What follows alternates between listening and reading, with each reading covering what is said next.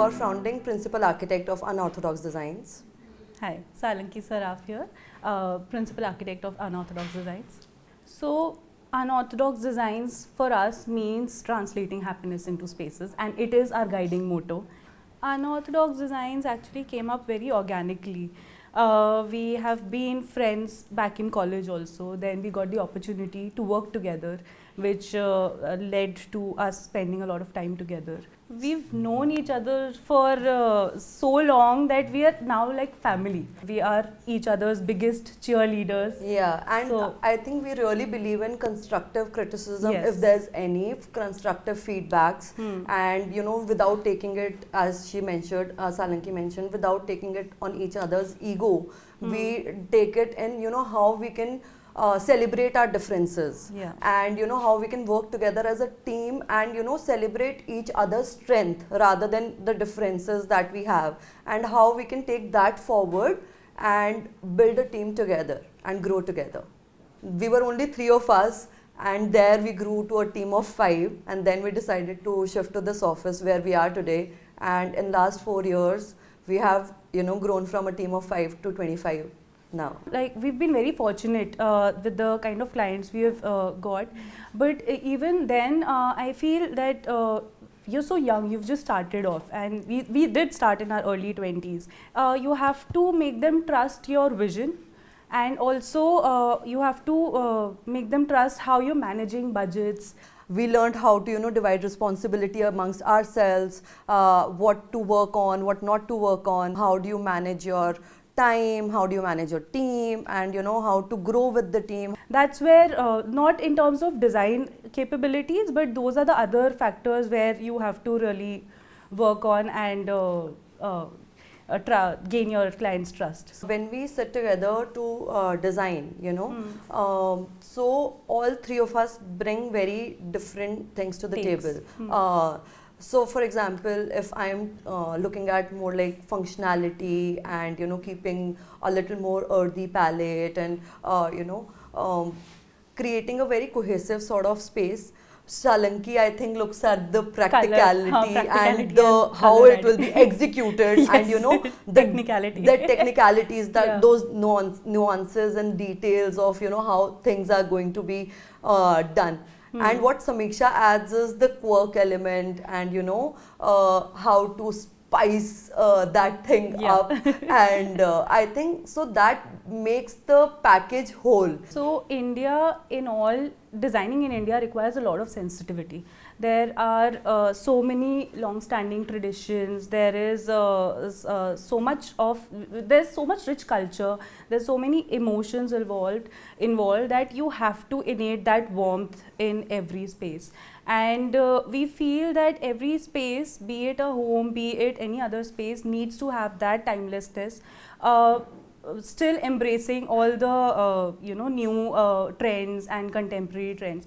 So I think that becomes our core design approach towards any space that we design. We feel that every client brings in their own expectations and own stories that they carry forward, and they want to show that in their space. So what we generally do is that we always do an exercise with our client to understand what they are looking for when they're hiring an interior designer or an architect, what they are looking for, what style of architecture and interiors are they inclined towards, because in the end they are going to be the end user. Our job is to accentuate that and make it happen, turn their vision into reality.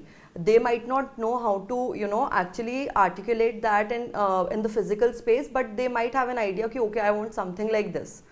So we always try and understand the client psychology first, and then step in and tell them, okay, this is what is going to work for you, this is something that will not work for you. But that's how it starts for us. We try and understand them beyond the brief, like what they value, what inspires them, what's comfortable for them, and that's how we start with our conceptualization for the project. Here I would like to add an example. Like we are doing like 2 plots simultaneously just next to each other in Goa, and both the clients have very different personalities and very different sort of needs and requirements. So it's been designed accordingly as per their personalities. One wanted a very colonial sort of look and feel and architecture. One wanted a very Portuguese, just next to each other. But we have to make sure that both of them are very tropical also in nature, because they're setting in Goa. So the context also like really plays a big role in that. And then the personalities and the overall experience, it creates the space. I think post-COVID, generally people have started investing more in their lifestyle, and that's how the requirements have also changed. Now you like previously also Upneet mentioned about the two Goa projects. So those are holiday homes. So holiday homes are on a boom. The kind of restaurants that are coming up, we are working with a lot of brands, Punjab Grills, Yumi, Chili's, and if you've heard of Karigari restaurants by Chef Harpal Singh Soki. So when we sit with them and we design the space also, it's because the customer requirement is not just to go to a space where you eat. You have to create an experience. People are spending, and people want to spend on experiences. So I think that is how the requirements are changing, and that is how the real estate is also, we are contributing to real estate. And also I feel that not only your homes and your hospitality, but also with the builders, their perspective have also changed. They want to create those self-sustaining societies, the kind of retail spaces that are coming in the societies, the clubhouses. We are doing like a lot of societies which have like inbuilt clubhouses, not only one clubhouse but multiple clubhouse with all the amenities one can think of. Then we are doing like a lot of retail spaces in the society. It's not just restricted to living now. It's living with experience, with combining lifestyle with longevity, and how they want to create that entire holistic approach around the spaces. So I think it's become more like that than rather just a space you design. So this gives us a lot of opportunity along the way, and we are able to be part of this entire system, because there's so much coming up. And because of this approach, builders have also started designing future projects and infrastructures accordingly. So even if you see the builders and developers, the kind of projects that are coming up, those are not just floors and walls anymore. There is so much of thoughtful design that is going on. Homeowners also want that now. So I think at the base of it, modern luxury is something that India is very inclined towards. Yes. Indian audience is very inclined towards. Also. But we do feel that there's the shift, in which there are trends like wabi sabi, Yes. minimalism, sculptural, and all these trends are there. Colonial, I think we as Indians are very obsessed with colonial sort of architecture as well. And but yes, how you amalgamate all these designs together, and you don't have to necessarily pick one sort of style. You can always like marry like 3-4 styles of style and still have a beautifully balanced space.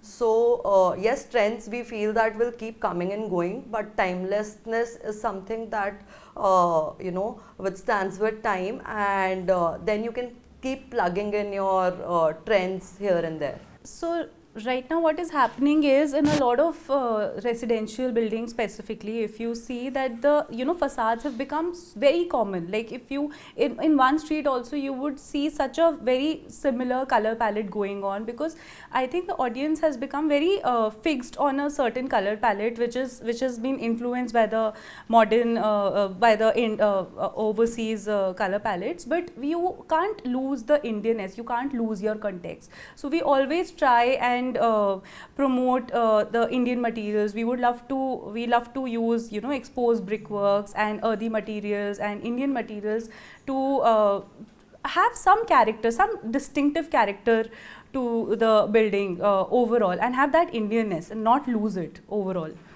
So even if we don't get to experiment a lot on that front, we do try that, maybe we work on those projects, or if you're doing sort of a villa or a farmhouse or holiday homes, then that gives you the opportunity to bring in those elements, that Indianness, and like I mentioned that Portuguese villa that we are doing, so that has a lot of character, and that has, we are bringing in a lot of Indianness also to it. And the farmhouse projects, then we'll use a lot of materials which are local, which are, you know, made in India, and we do want to work on those projects. But in urban setup, what happens is that everyone is just copying each other, right? So you know, the neighbors done this, and I want, like, or they see it somewhere that this is what is trending.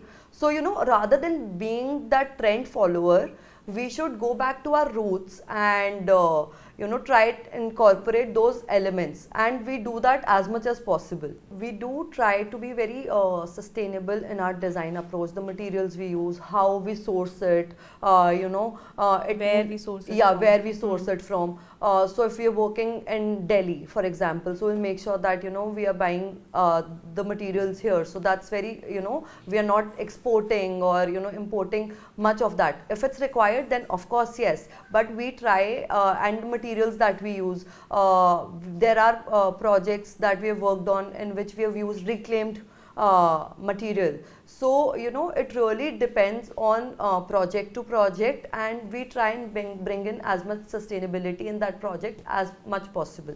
We also try to work with local artisans so that we promote that also, and that is also one of our sustainable approaches. In fact, especially in Karigari restaurant, with the name also suggests Karigar, so that restaurant in all, where in the concept we try to promote a lot of Karigars of India, different artisans, different craftsmanships, and bring it all together in that restaurant experience. It's never too late to start, and if you want to start, you start, and but please be disciplined, and it's not going to, success is not an overnight thing. We are also still in our journey of where we want to reach, and it takes a lot of patience, persistence, and hard work to, you know, get where you want to get. In next 5 years, we would love to have our name all across the world.